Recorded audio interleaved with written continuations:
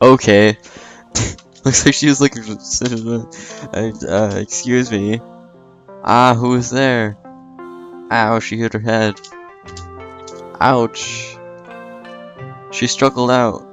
This music is so loud, I need to stick in. Okay, I need to turn it down. Oh, you got a checklist? You must be new here? Ah, yes. My name is Miku. Is it Hatsune Miku? No. That's okay. No, really, I'm serious. Nobody believes me. It's my real name. My mother's Japanese. My dad met her when he was building. Oh my goodness gracious, I need to turn this down right now. How did that get back up? Okay. There we go. My dad met her when he was building. Well, it wasn't him who was building, but he's an engineer. He was working on a nuclear power plant there. Or a dam, or a bridge, whatever. She was talking so fast she just swallowed half the words she tried to pronounce. I'm Semyon. Great, want to be in our club? It's only me here now, but it'll be the two of us then. Do you play anything? It's when I became antisocial that I bought a guitar and learned a few chords, but then I forgot about it. As I quitted everything that required more than a couple of hours to learn. You know, I wasn't planning to do anything like that, really. That's okay, I'll teach you. Maybe a trumpet, for example? I play the trumpet. Whoa, okay, how about a violin? I know it all, honestly. There's no point in arguing with an orchestra girl, since there was only another cascade of words waiting to blast at me. Hey, I'll think about it. Can you just sign it for now? Yes, sure, give it to me. Why is she, like, sleeping? That's rude. I sing too.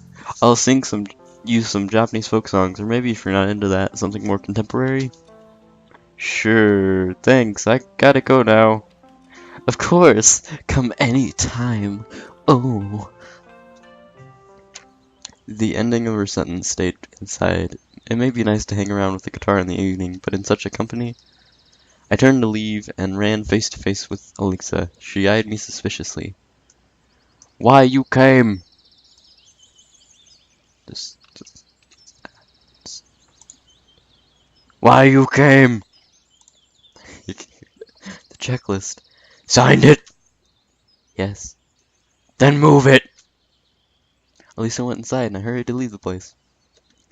Okay, let's go to the library. Actually, I love reading, but spending my days in the library under current circumstances was well beyond my scope, so I better hurry up with this checkpoint. As I stepped inside, a memory from my childhood emerged in my head. Quite the collection of Russian writing. It was very vivid. I'm 7 or 8 years old. We're in the library with my mother. While she's looking through the books I might need for my studies, I'm sitting in the corner and looking through their collection of comic books. Back then I didn't know why they had so many, and why couldn't I take some with me. A notion of collective property was something my mind hadn't grasped at that age yet. However, back then the whole concept of property was pretty hazy to me. This memory seemed even stranger now, while I was standing in this particular camp where they might have managed to build communism in 3 years. Soviet symbolics was all over the place. Shelves were full of relative literature. Of course, I wasn't planning to read any of these. Getting acquainted with a full collection of books by Marx was the last thing on earth I would think of. Where's the librarian? I didn't spend much time looking for her. I looked closely. Short hair, thick glasses, rather cute face. She was snoring so peacefully, I couldn't just wake her up. I can wait. If she won't wake up in half hour, maybe then. I'm just gonna sit there looking at her for a half hour. That's kind of a long time just to stare at a girl. I couldn't just sit there, so I took a random book from the nearest bookshelf.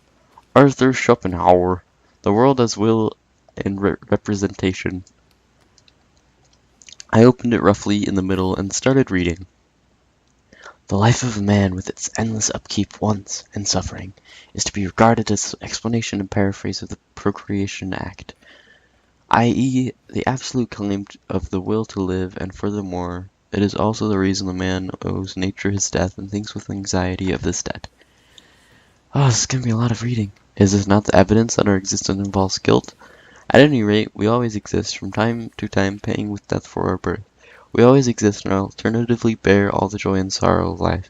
since neither of both can pass us without some effect. That is a result of our stated will to live.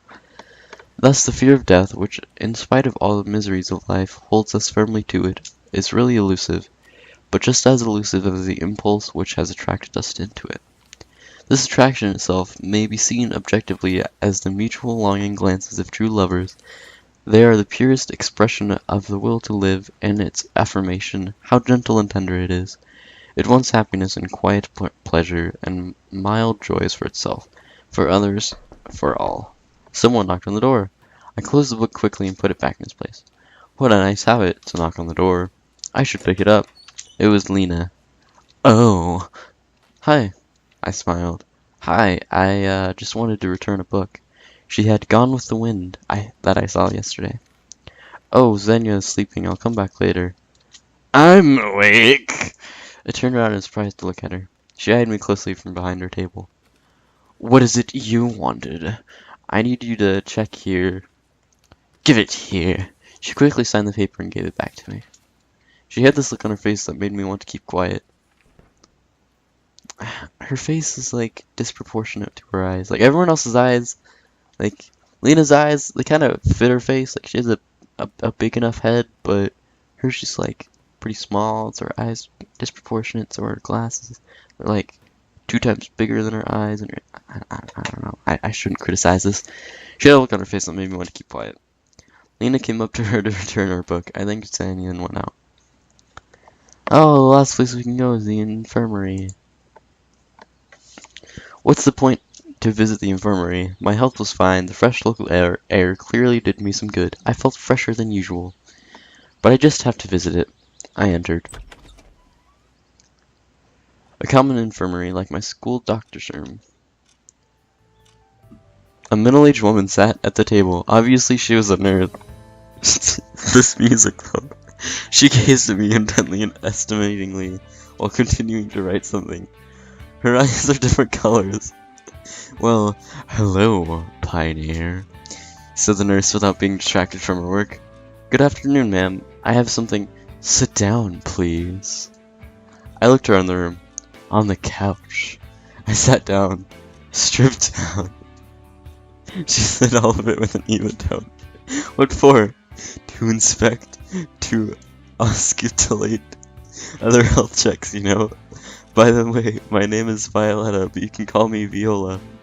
She turned to me. What are you sitting for? Stripped down. But I have no health issues. I've got this. I neatly gave her the paper. Later, she took the stethoscope off her neck, seemed like she intended to dissect me with it.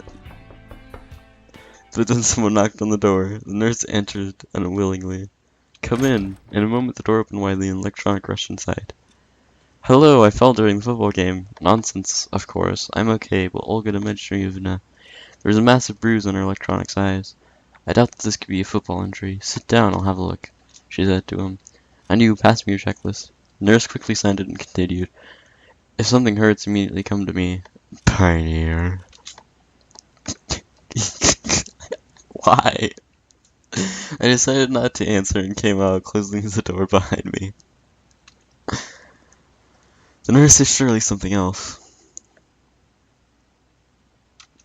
Finally, I got all the signatures. Now I had to go back to Olga Dmitrievna and give it to her.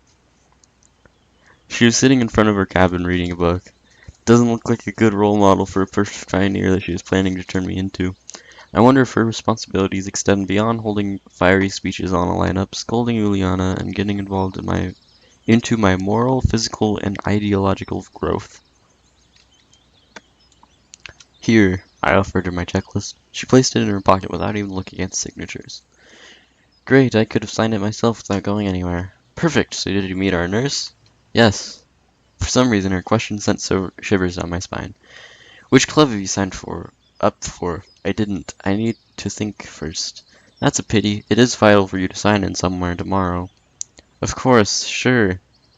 Right, it's time to go to dinner. About time, I was getting hungry. That's a little rude.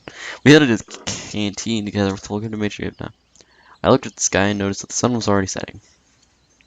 On a porch stood Elisa, Electronic, Uliana, and Slavia.